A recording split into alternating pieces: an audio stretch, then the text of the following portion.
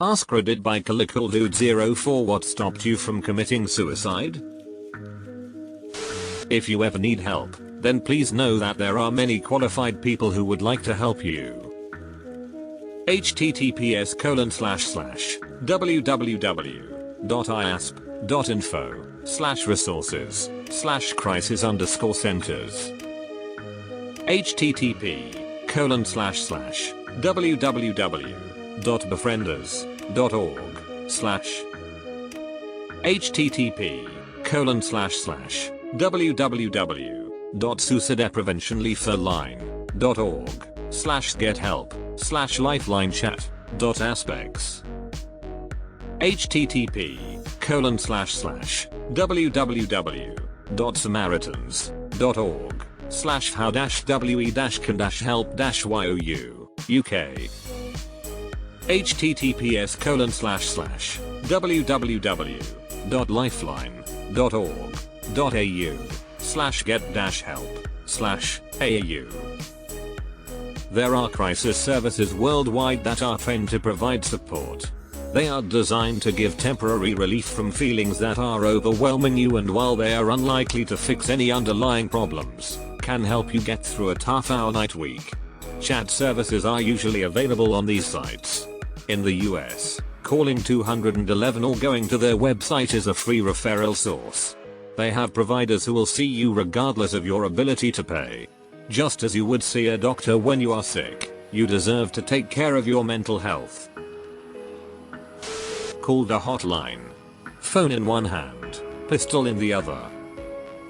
If you're a veteran, press 1. I press 1.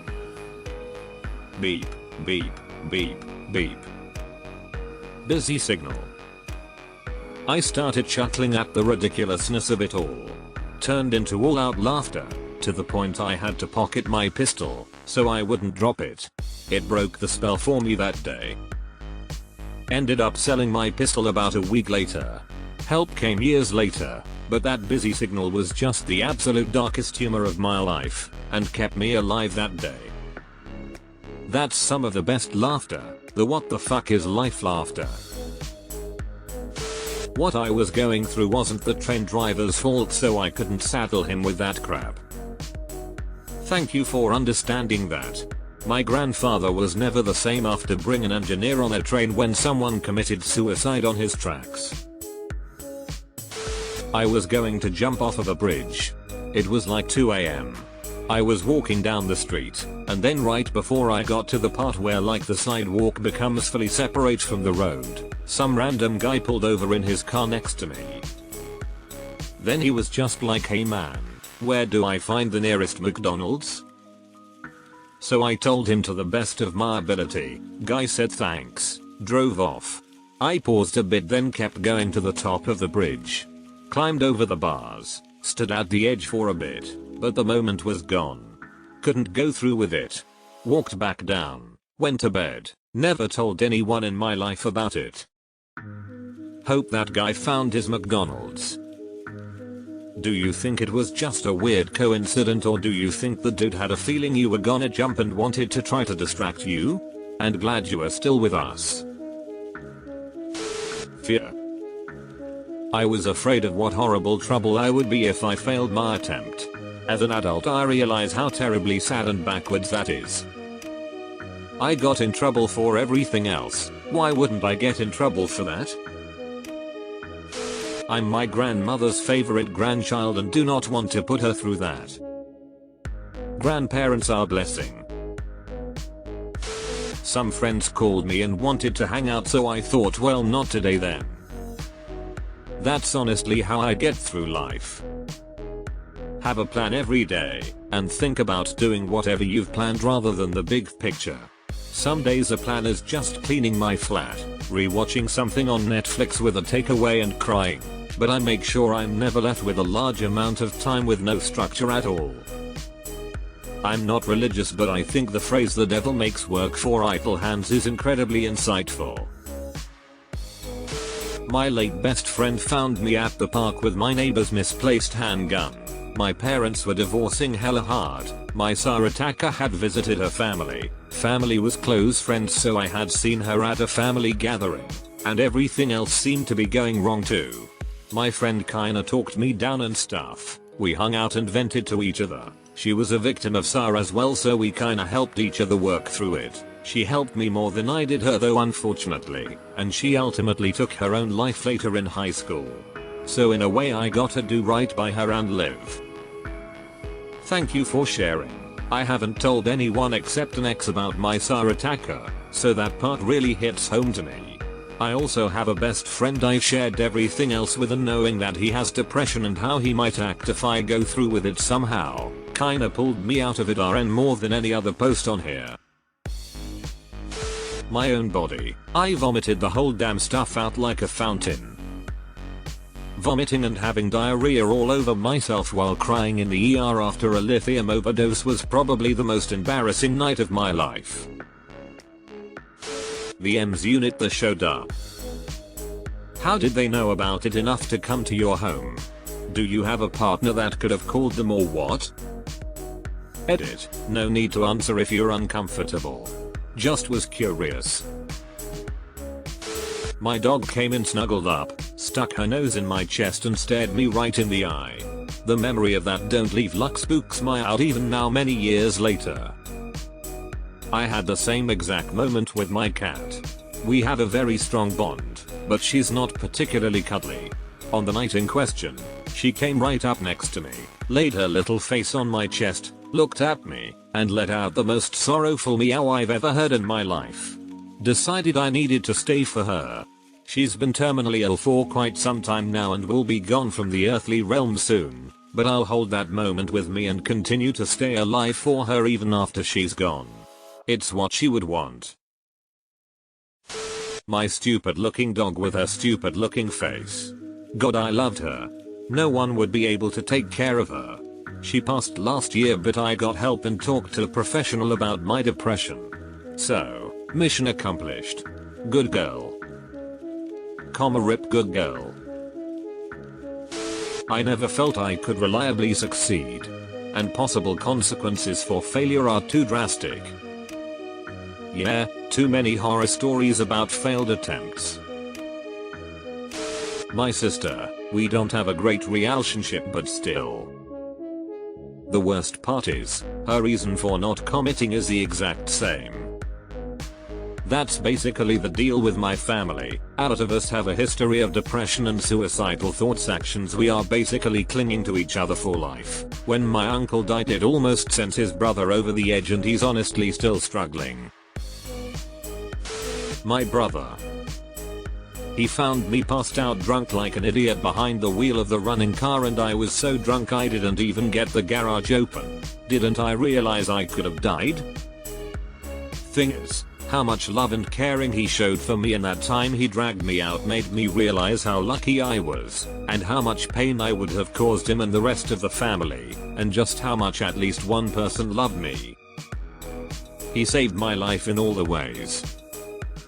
My brother walked in as I was reaching for my weapon of choice. He wanted to show me his new Pokemon card. He was totally oblivious to what was going on.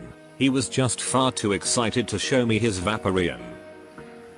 Eater. This happened in 2000. My brother was 6. I was 13. Neither of us had access to the internet at this point in time. Y'all are nasty. While looking for sad songs on YouTube, I was really surprised of seeing that every single one of them was full of comments from people convincing the reader of not committing suicide. I called the suicide hotline hoping to get some words of comfort and advice. The person who picked up said hello and stopped there, so I asked, was this the suicide hotline? And they're like, oh yeah, no, it's not anymore. And I was like, oh. And she's like, sorry, and hung up. I was so dumbfounded that it made me laugh and decided not to KMS. I felt really emotional reading all of these comments, and this just gave me a good much needed laugh. Deleted. The thought of leaving my nephew behind, when I've been the only consistent male figure in his life. His biological father wants absolutely nothing to do with him, and none of my sister's boyfriends have been a positive or long-lasting figure for him. On the rare occasions that I've found myself in that dark of a point in my life, that little dude has kept me here. Edit. Thank you, kind strangers, for the kind comments and awards. You all are amazing. Responsibility and purpose give us strength, our children give us love. Dropped everything and went on a solo trip to the West Coast with my life savings. Ran into a homeless guy who told me his life story, talked religion and philosophy with a practicing Buddhist monk, and got to know a young couple on their honeymoon. Was taken safely to my hostel by a generous family who saw me stranded. Even took a motorcycle ride with a random Redditor in Portland. Saw the ocean and mountains for the first time. Decided, fuck it, there's still a lot more I haven't seen, and I could always just drop everything and start a new life somewhere else if it came down to it. But there's a lot I haven't learned or experienced yet. Edit. Also, my brother. I don't think he knows how much I care about him, but I'd do anything for his happiness in life. He's such a genuinely good person. Doesn't deserve to have to go through something like that. That's the kind of life I'd like to live : my son, and knowing that he needed me more than I needed to not be here anymore. Edit. Wow, thank you all so much for the support and awards. Same, man. I couldn't do that to my son. Or my mom. At my lowest point I had a very vivid dream. I dreamed that I was lying in hospital dying with loads of tubes in me and a heart monitor beeping next to me. The door opened and my family entered the room with the family dog, who jumped up on the bed and started to lick my face as if this would save me. I woke with a start and started crying immediately. I knew I had to get better because my family and my dog loved me. This was 21 years ago. My man, you had a glimpse in another universe. The universe literally said, don't do this. It is stupid.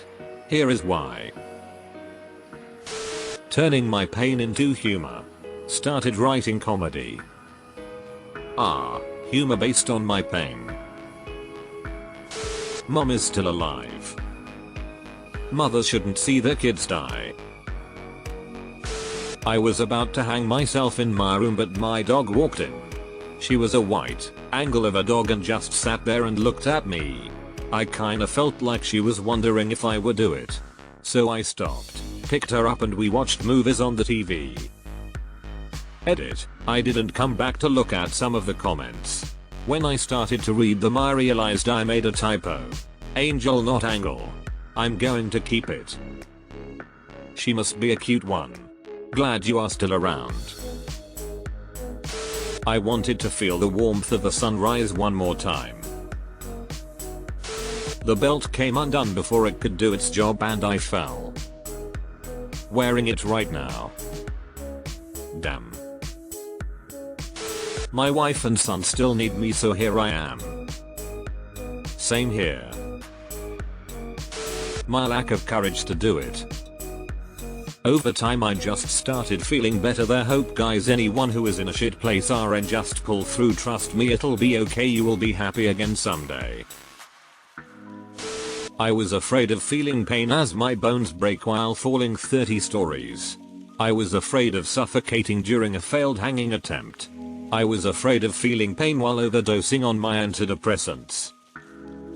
Most of all, I was afraid of betraying my mother who stood by me all this time. Edit. OMG, I did it, Ma, I'm famous. Thank you, the awards and the kind words. I'm doing good RN. Been on medication for a few years and doing my degree RN. Slowly moving on with life. Antidepressants would be a horrible drug to overdose on. It would take an exuberantly large amount to kill you, and it would suck the whole time you were dying.